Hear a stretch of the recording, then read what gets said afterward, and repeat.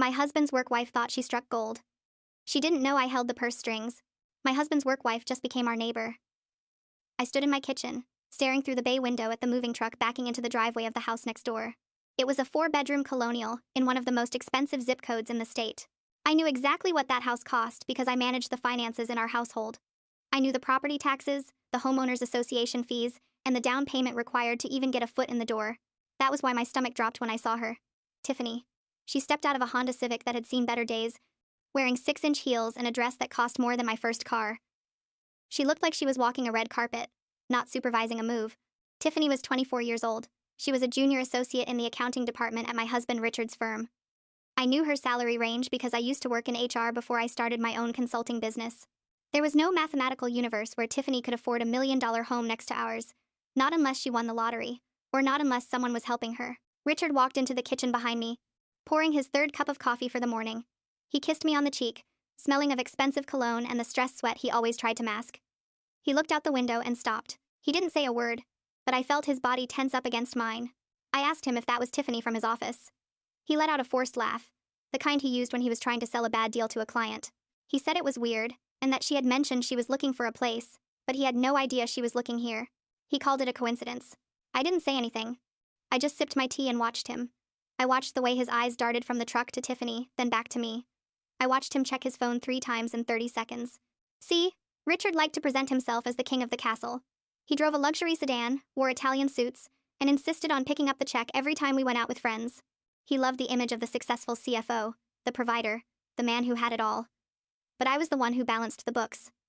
I was the one who knew that his luxury sedan was a lease we were barely keeping up with. I knew his credit cards were maxed out to maintain that image. I knew that my consulting income was the only reason we weren't drowning in foreclosure. So when a 24-year-old entry-level accountant buys the house next door, I don't see a neighbor. I see a financial discrepancy, and I don't like discrepancies. The invasion started slowly. Tiffany didn't just move in. She infiltrated. 2 days after the truck left, she was at our front door with a bottle of wine that cost $300. She said it was a housewarming gift for herself that she wanted to share with her favorite coworkers. She sat on my sofa, crossing her legs and looking around my living room with critical eyes.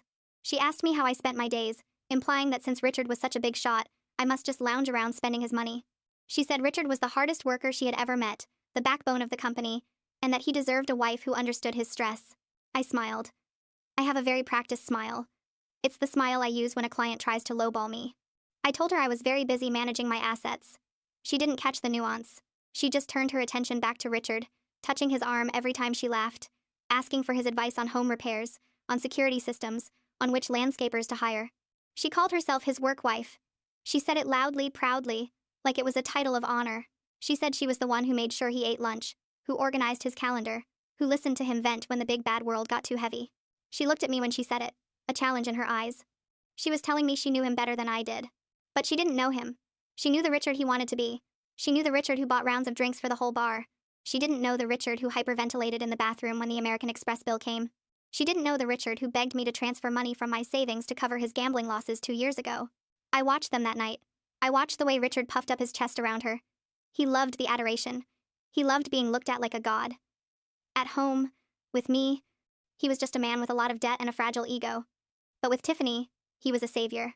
After she left, leaving the empty $300 wine bottle on my coffee table, I asked Richard how she could afford that wine. I asked him how she could afford the house. He got defensive immediately. That was his tell. Attack was always his best defense. He told me to stop counting other people's money. He said maybe she had family money, or maybe she was just better at saving than I thought. He told me I was being jealous and petty, and that it was unbecoming. He said I should be nicer to her because she was alone in a new neighborhood and she looked up to us. Looked up to us. That was the phrase that stuck with me. Over the next few weeks, the boundary between our houses dissolved. Tiffany was always there. She needed help with a leaky faucet. She needed Richard to reach a high shelf. She needed advice on her 401k. She would walk over in her silk robes on Sunday mornings, holding a coffee mug, acting like she was part of the architecture. And Richard loved it. He started dressing better on weekends. He started working out in the garage with the door open, facing her house. He bought a new grill we couldn't afford because Tiffany mentioned she loved barbecue. But I wasn't looking at the romance. I wasn't looking at the emotional affair unfolding on my lawn. I was looking at the numbers. Because numbers never lie. People lie. Husbands lie. Mistresses lie. But bank statements tell the truth. I started noticing small things first. Cash withdrawals. 500 here, 300 there. Richard always hated using cash. He wanted the points on his credit card. So why the sudden need for liquidity? Then I noticed the gas mileage on his car. He was burning through tanks of gas but claiming he was just going to the office and back. Then came the credit card statement for a card I rarely checked, one he used for business expenses. There were charges for a high-end furniture store, a store that had just delivered a sectional sofa to Tiffany's house. I saw the delivery truck. I saw the logo. I sat in my home office, staring at the screen. $4,000. He put a $4,000 sofa on a card that was already sitting at 18% interest. I walked into the living room where Richard was watching TV. I didn't yell. I didn't scream. I just asked him about the charge. He didn't even look up. He said it was a staging expense for a client's office, something he'd be reimbursed for. He said I needed to stop micromanaging him, that his career required certain expenditures I wouldn't understand because I worked from home in my pajamas. He was gaslighting me. He was trying to make me feel small, incompetent, and nagging, all to cover up the fact that he was furnishing his mistress's house with money we didn't have. He looked at me with this mix of pity and annoyance and said, "Victoria, you used to be fun. You used to be exciting. Now all you care about is the budget. Tiffany is the only one who understands the pressure I'm under to provide this lifestyle for you. Provide for me." The audacity was breathtaking. The house we were standing in? The down payment came from my inheritance when my mother passed. The car he drove? My name was the primary co-signer. The food in the fridge? Paid for by my consulting retainers. But I didn't say that. I realized in that moment that arguing would get me nowhere. Richard was living in a fantasy world where he was a wealthy tycoon and Tiffany was his prize. If I popped that bubble too early, I would lose the advantage. So I decided to play the game. I decided to be the wife he wanted, while I became the forensic accountant he feared. I started smiling more. I cooked his favorite dinners. I invited Tiffany over for drinks. I played the part of the oblivious, supportive wife. And while they preened and flirted right in front of my face, I was gathering data. I contacted the bank and requested copies of every check written in the last 6 months. I went through his email, which he thought was secure because he changed the password to his birthday. I found the emails with the mortgage broker for the house next door. Richard hadn't just bought her a sofa. He had co-signed her loan. He had put down $50,000 for her down payment. $50,000 that he had pulled from his retirement account, incurring a massive tax penalty that was going to hit us next April. He was destroying our future to build hers. I remember sitting there, reading the loan documents, feeling a cold rage settle in my chest. It wasn't heartbreak. I think my heart had broken a long time ago with Richard. This was insult. This was theft. He was stealing from me to play sugar daddy to a woman who thought she was winning a prize. I needed a lawyer. But not just any lawyer. I needed a shark. I found a woman named Sterling, who specialized in high-asset divorces and financial infidelity. When I laid out the spreadsheets in her office, she actually whistled. She told me that in our state, the money he spent on an affair could be reclaimed in the divorce settlement. It's called dissipation of marital assets. Every dinner, every bottle of wine, every stick of furniture, and certainly that $50,000 down payment, it all had to be accounted for. She told me to wait, to let him dig the hole deeper, to secure my own assets, separate my finances where I could, and gather undeniable proof of the affair. So I waited. And it was excruciating. Summer arrived, and the display next door became nauseating. Tiffany was hosting parties every weekend. Richard was always over there, helping. He mowed her lawn. He fixed her fence. He was playing house with her while sleeping in my bed. One night in July, I couldn't sleep. I went downstairs for a glass of water and saw movement in the backyard. I looked out the kitchen window. The moon was bright enough to see everything. Richard and Tiffany were standing by the property line, near the old oak tree. He was holding her face in his hands. She was whispering something to him, laughing that tinkling, fake laugh. Then she kissed him. It wasn't a quick peck. It was passionate, possessive. She pulled away and placed his hand on her stomach. I froze. I watched as Richard's knees seemed to buckle. He dropped to his knees, burying his face in her abdomen. He was crying. She was pregnant. The next morning, the dynamic in the house shifted. Richard was manic. He was humming while he made coffee. He brought me flowers, lilies, which I'm allergic to. But the gesture was the point. He was trying to buy his conscience clean. He told me he had a big project at work and would be staying late for the foreseeable future. He said he needed to make more money, that he wanted to secure our future. I knew exactly whose future he was trying to secure. Tiffany started walking around the neighborhood differently. She had a strut. She would look at me with this smug, secretive smile. She stopped calling herself the work wife. Now she just called herself family. She came over one afternoon while I was gardening. She stood there, watching me pull weeds, and said, "Victoria, have you ever thought about moving? Maybe downsizing? This house seems like so much work for just 2 people." I looked up at her. She was wearing a tight dress that showed the slightest curve of a bump. She wanted my house. She didn't just want my husband. She wanted my life. She wanted to combine the properties, or maybe push me out entirely, so she and Richard could live in the big house while she rented out the smaller one. I stood up, wiping the dirt from my hands. I told her that I loved this house, that it was my sanctuary, and that I wasn't going anywhere. She laughed, a cruel little sound. She said, "Things change, Victoria. People grow apart. Sometimes, men realize they need something fresher, something more alive. You should be prepared for changes." I looked her dead in the eye and said, "Oh, I'm prepared, Tiffany. You have no idea how prepared I am." The confrontation happened a week later. I decided I had enough evidence. I had the bank statements, the loan documents, the credit card receipts, and photos of them together. I had recorded conversations where Richard lied about his whereabouts. I came home early from a business trip I had faked. I parked my car down the street and walked up. Richard's car was in her driveway. I walked into her house. The door was unlocked. They were so arrogant, so sure of their safety. I found them in her kitchen. They were looking at paint swatches, planning a nursery. Richard dropped the swatch when he saw me. His face went pale, then red. He tried to stammer an excuse, something about helping her pick colors for a guest room. Tiffany didn't stammer. She placed a hand on her belly and smiled. She said, "Stop it, Richard. She knows. Look at her. She knows." I leaned against the doorframe. I told them, "Yes, I know. I know about the $50,000. I know about the furniture. I know about the baby." Richard tried to switch to his power persona. He straightened his tie and told me that we needed to be adults about this. He said he had fallen in love, that Tiffany understood him in a way I never did, that he deserved to be happy. He said, "I'm going to file for divorce, Victoria. And I'm going to be fair. But you need to understand that my priorities have shifted. I have a new family to think about now." Tiffany chimed in. She said, "We don't want to leave you destitute, Victoria.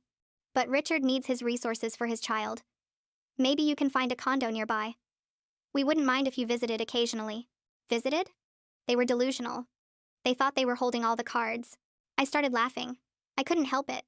It started as a chuckle and turned into a full-body laugh that made them both nervous. Richard asked me what was so funny. He said I was being hysterical. I wiped a tear from my eye and looked at him. I told him, "Richard, you don't have any resources. You have debt. You have a leased car. You have maxed-out credit cards. And you have a $50,000 tax liability coming your way that you can't pay." He puffed up.